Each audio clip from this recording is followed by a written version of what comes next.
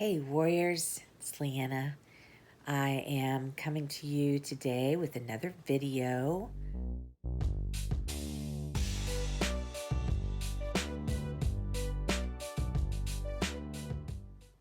Those of you that don't know me, I've lived with chronic illness for 14 years that we know of. But I've had anxiety for most of my life, as far back as I can remember. So I decided to start this channel for people who live with chronic illness and pain, whether it's invisible illnesses like diabetes, something you can't see on the outside, or if it's, even so much as like MS or, let's see, fibromyalgia, which is what I have, some kind of ailment that they will live with for the rest of their lives. Or if it's a mental, disorder, anxiety, depression, bipolar, those types of things. People people can get very, very down and feel very alone when they have a chronic illness. And I know because I've been there. I had my first bout with depression when I was 15, and it's just kept going and kept going, rolling. I'd go into depression, I'd go out of depression. They thought I was bipolar at one time, but I'm not. And even if I am, it's only a smidge of bipolar type 2, which means I don't even have the mania episodes or nothing. I just go in and out of depression for most of my life. I don't do well with the mundane. So anything that's just normal and ordinary, I tend to freak out because I'm thriving on the stress and I don't even realize it. And it's not a good way either.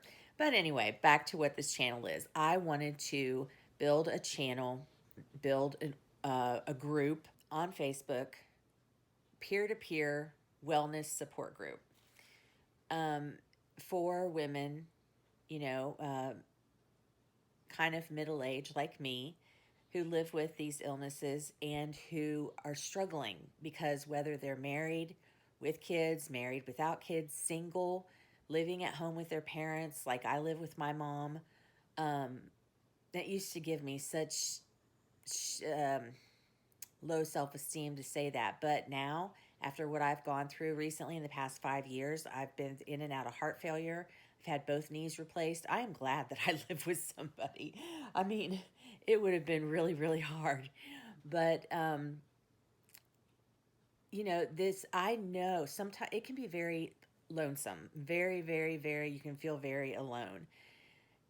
And it's not anything that I would wish on my worst enemy. It's just not. And I know that there are people sitting out there, possibly even watching this video or another video, and sitting alone in their living room on their couch with the curtains drawn, like I actually am, but I don't care. I'm talking to people. I'm on the phone with my mom every day, and I'm to go outside with the dogs and everything. I just don't like all the sun coming in. But so you tend to like, darker, and so they sit alone in the dark and they're sad. They're just desperate. They are in despair.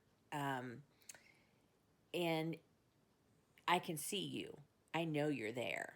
A lot of people look over those of us with any type of chronic illness. Because chronic illness chronic illness almost always leads to some kind of depression or anxiety. Okay, chronic pain does as well, any type, because you are depressed that your life turned out the way it did and that it didn't get any better. It just continued to get worse, like me. So, you have to realize that most of America, everybody has something that they're working through. Everybody. Most of America go out of their houses every day and go to work and go to school and do all of this stuff. However, there are some of us who are on disability, who are even not on disability but can't work, who live alone, who work online, who, live with roommates or other family members, and they basically just stay in the house all the time, never go anywhere. Basically, what they've done is they've removed themselves from the population, and people wouldn't really miss them if something happened to them. And that's a very sad thing because, and I mean more sad than what I just, the straight up fact of it, because what's really sad is that person would rather be alone and not have to deal with the outside world, because outside world creates stress and, you know, trauma and um, internal stress and trauma is what I mean. And but see, here's what happens: the world then forgets about them, and then they feel invisible. Well, that's what they did because they stepped out of the limelight. Basically checked out of the world. They out of public. They're not no longer in the public eye anymore as every other person who is, that goes out and goes to work and runs errands and is walking up and down the sidewalks in every city in America. Those people who are out, they can be seen. People that don't go out, they forget my main point that I was trying to say. It's just, it's a really sad thing because they're missing, that's it, they're missing stuff outside in the world. They're missing things with, they pretty much don't have any friends. They're missing things with family. You know, that if they don't go to things, family events or anything, holidays. Now, all of this that I have talked about, I have experienced firsthand.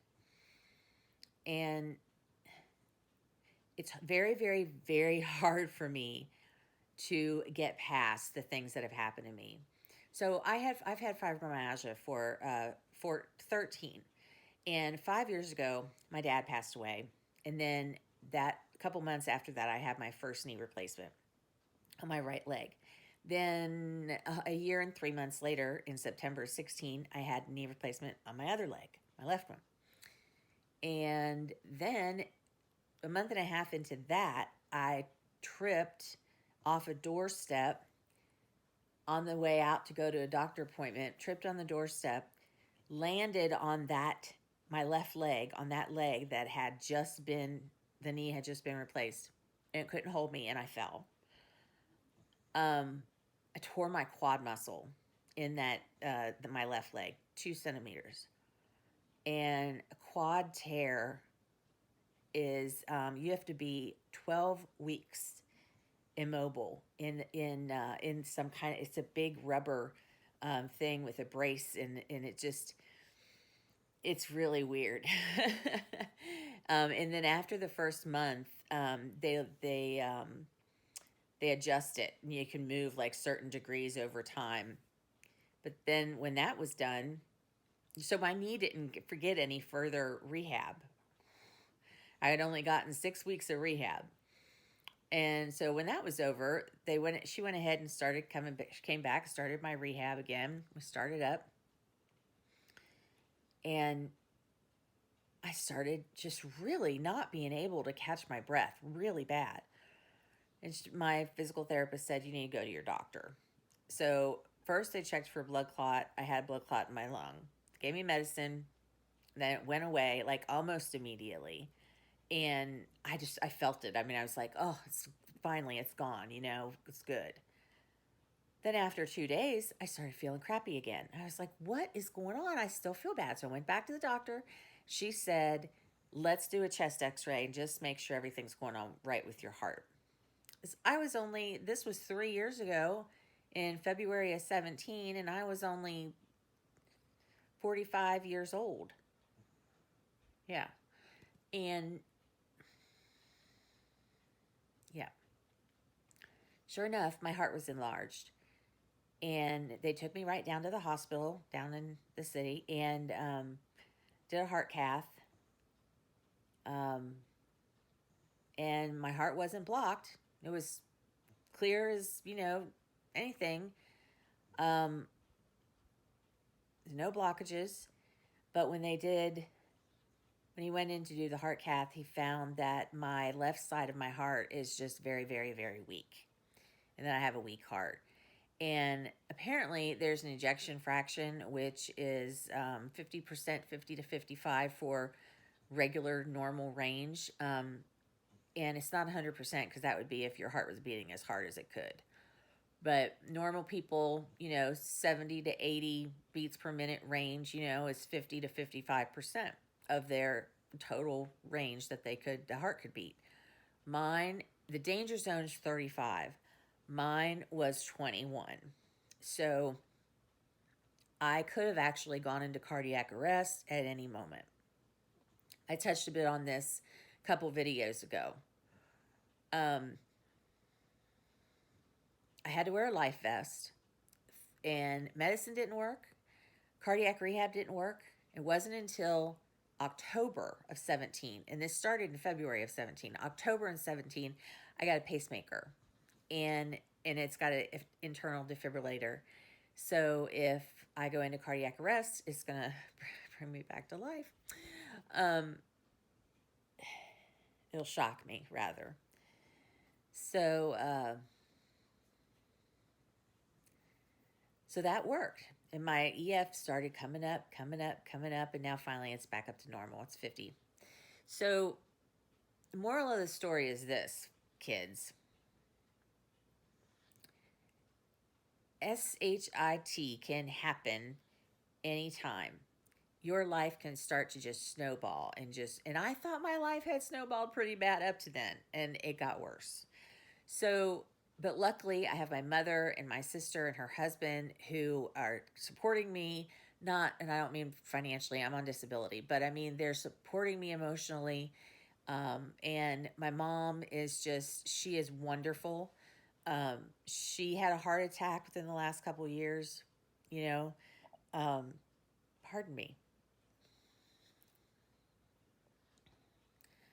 My fibromyalgia, though, is really, really bad coming off the heels of all of that stuff that's happened.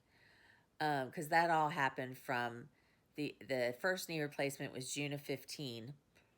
And that was hard to get over. My left one, thankfully, the one that I hurt when I fell, that one I didn't even hardly feel it after the hospital. After the surgery, the day of, I was like walking on it. And it wasn't just because of the meds, because of the right leg. When I had that one done the first time, meds were in me and it didn't even matter. I could not walk. I couldn't put any weight on that leg. It was so sore.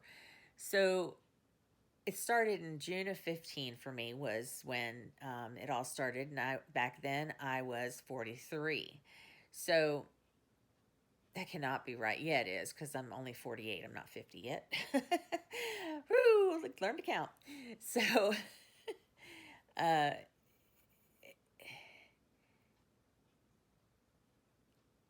was I going to say? Just take care of yourself. Crap though. It's hard. I find it very hard to take care of myself right now. It's difficult because that's why doing everything that you can do the earliest you can do it to make your life more efficient and more do proactive things. Don't just react to everything that happens to you in your life. You want to put safeguards, that's the word, safeguards in place so that when things start to happen that if you hadn't put safeguards in place, you might not have been prepared for. So, but if you try and put safeguards in place think of the different areas in your life. Think, okay, are you married? Do you have kids? So your wife, mother, boom. If not, do you have relatives close by? Are you emotionally supporting someone else? Okay, mom, sister, I do. We all support each other. And do you have assistance if you live by yourself? Do you have assistance with taking care of your home and all that stuff? So get that. So we're getting the basics done, okay? Then, do you have means? Do you have money coming in? Some kind of money that you can do, some kind of income that you can have coming in.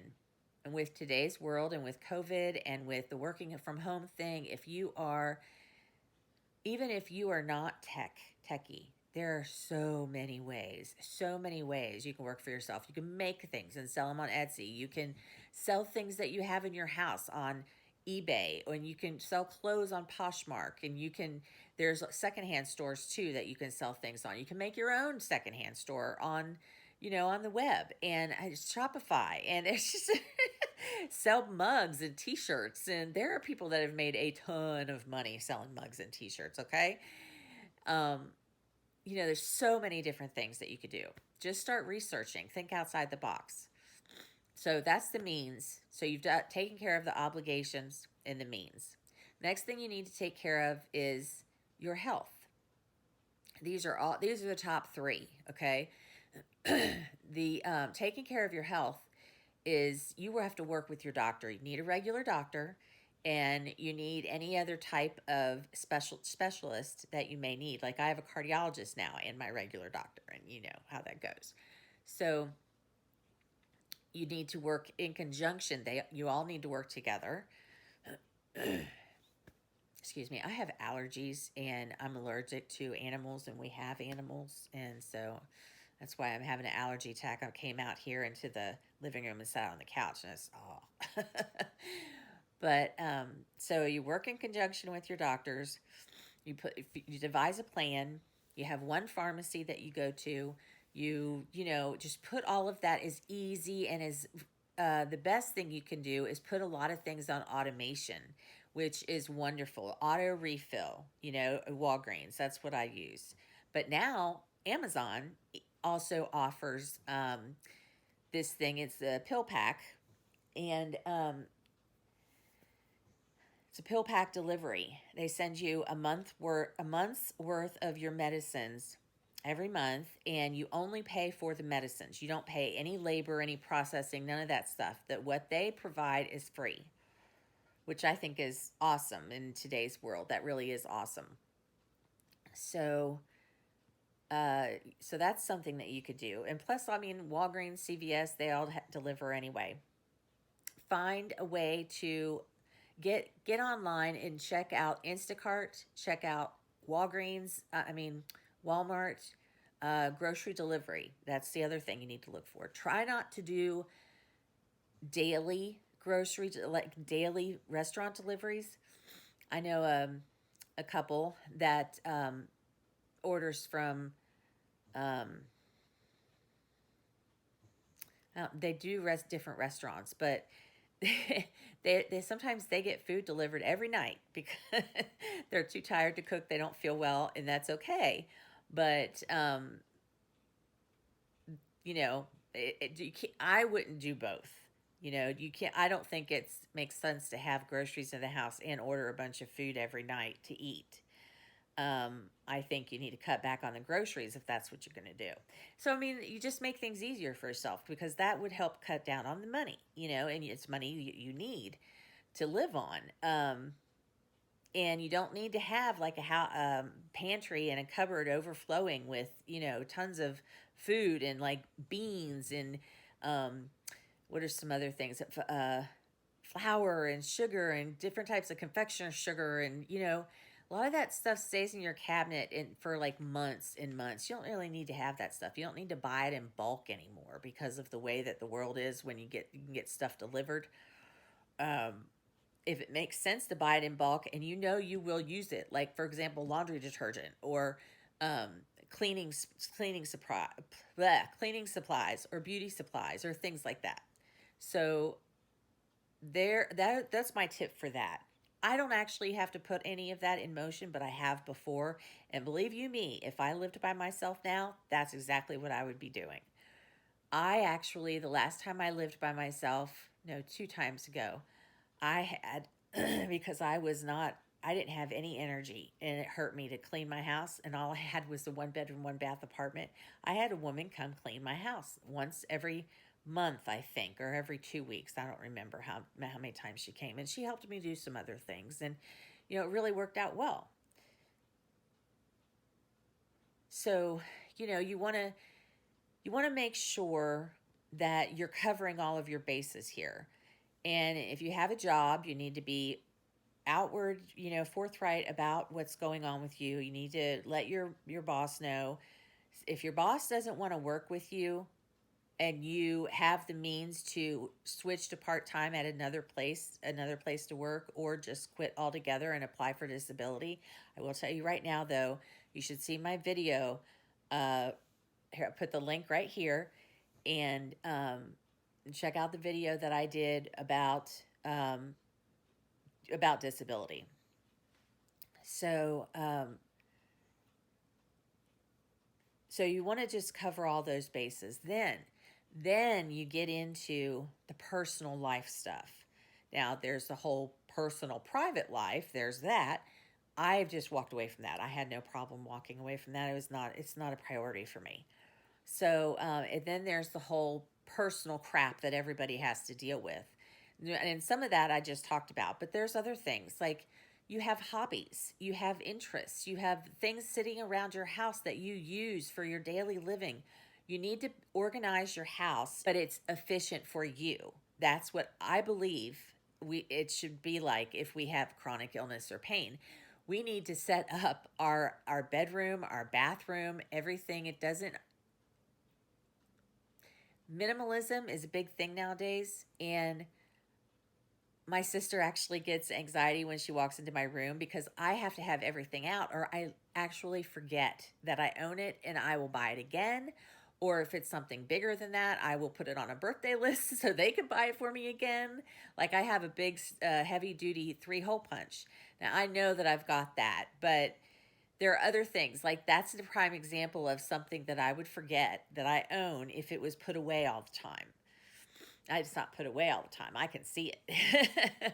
So that's what I'm talking about. You just need to set up your house in a way that makes sense for you.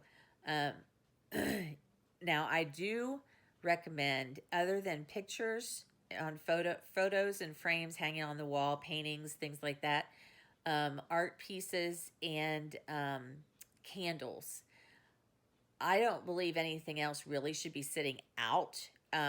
If it has another place that it could go that could be seen, like a bathroom or a bedroom. But you don't want to have the kitchen and the living room be hot spots where you just drop everything and just go. That's, I don't think that should be a thing that you should allow yourself to do, because those are the two most used rooms in the house, especially if there's more than just you living there. So that's, but things like medication, I'll show it to you at one of these days, but I have this shelf that's in the corner right next to my bed, and there's a tall bookshelf on it, bookcase rather, a very small one, not very wide, not very deep, and I use it to keep medicine on. I have bottles of medicine. I do have a pill box that I fill up on Sundays, and God, this thing is driving me crazy. I'm allergic to you guys. Ugh. I fill it up at the beginning of the week, and so I just go with that. I don't need to take medicine 4 times a day, just twice a day. So it's really easy. Just, before I go to bed, when I wake up, that's all. But I take a lot of supplements, and there's Tylenol, and then there's my anxiety medicine, and there's a lot of different other medicines that don't go in the pill box. So, and I keep things like Band-Aids or chapstick or things like that I use every day, like sitting on the edge of my bed. I use it every day. Those things sit there, and they have little places in, to go. My desk is all nice and clean, but everything's put away in its own spot, and they're drawers. And if I want to look and see, is that thing that I think I want, is it in this drawer? And I open it and look, and if it's not there, I move to the next drawer. And there are things that that you have that can sit out, and things that can be put away in such a way that it's very easy to look where they're at. But like organizing things and providing places for them, and then putting things all over the house when you pick them up and move them or use them and you drop them someplace else and it's still not the place they go to. My poor mother is going to watch this video and think everything that she's saying is about me. I do, and she does.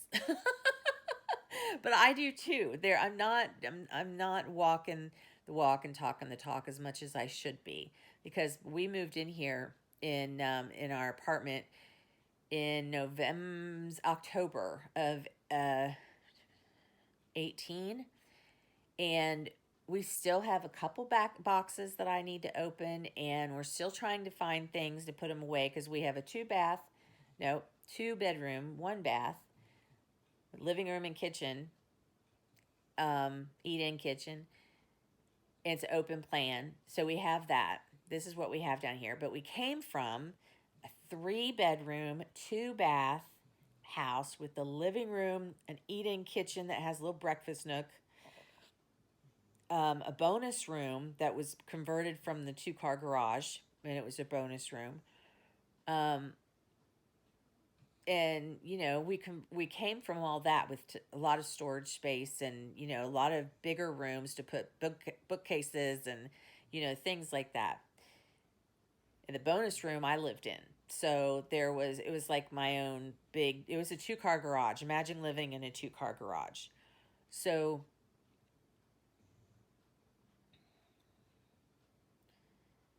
living down here, my mother swears to me that it's the same square footage, but I'm going to tell you, it's hard for me to find spots to place things.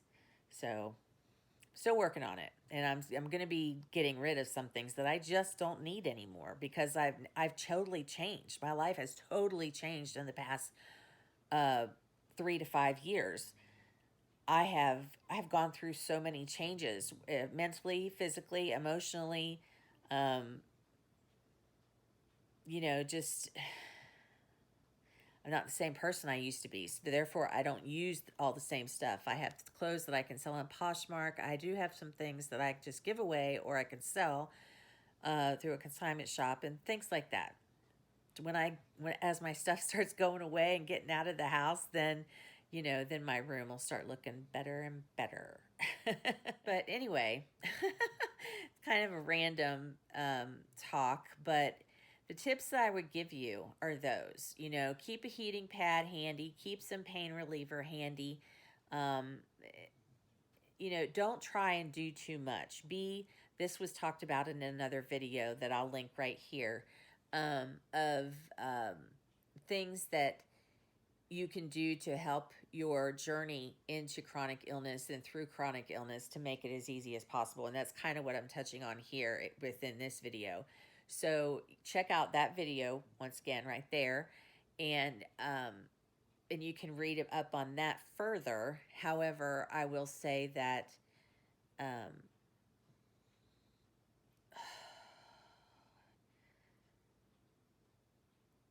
making tentative plans, schedule stuff by the week. If you have memory problems, you might want to go over every day and every night what you're doing. That's a way to safeguard yourself as far as like tasks you need to do, or calendar appointments, or plans with anyone that you have. I would definitely go over things first thing in the morning and last thing before you go to bed, and write everything down that you can. Always have a notebook or your phone with you when you go somewhere, because that way you can either write it down or record it some way or another. Even if you know, when I was in school, I know that I heard people talking about this, and I knew that there was a way, but I'm a college dropout. I didn't finish even my first year. So, but now I get it. You can devise your own note key. Basically, your note taking way, I guess, the way that you take your notes, you can personalize it to you, like use a certain letter or a certain 2-letter combo to be a certain phrase, that only those two would go together and they wouldn't be used with something else. You know, you can do those little kinds of things to safeguard your life and make things easier for yourself. put little safeguards in how many times can LeeAnna say the word safeguard? Too many. Uh, but that's how you can do it. So I forgot to ask you at the beginning, I think, but if you like this video, I'd really appreciate it if you hit the subscribe button right here, and I'm sorry, right here, hit the subscribe button and click the bell for notification right there. And that way you will be notified when I come out with the next video. And I really hope you enjoyed today's talk. I really hope it helped you out. Okay, the next video that I have coming down the pipe here is meds and side effects. So what medications start to come into your life when you have chronic illness, what side effects they may have, what conditions may require more prescribed medication rather than going with supplements or organic, which I know that is becoming more and more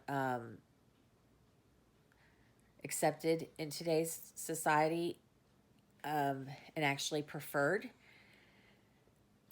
So I will be going into all of that in the next video, but until then, I would love for you to choose one of these videos, and I really do appreciate it if you would like, subscribe, bell. Thanks. This is LeeAnna with Chronic Inspiration. Bye.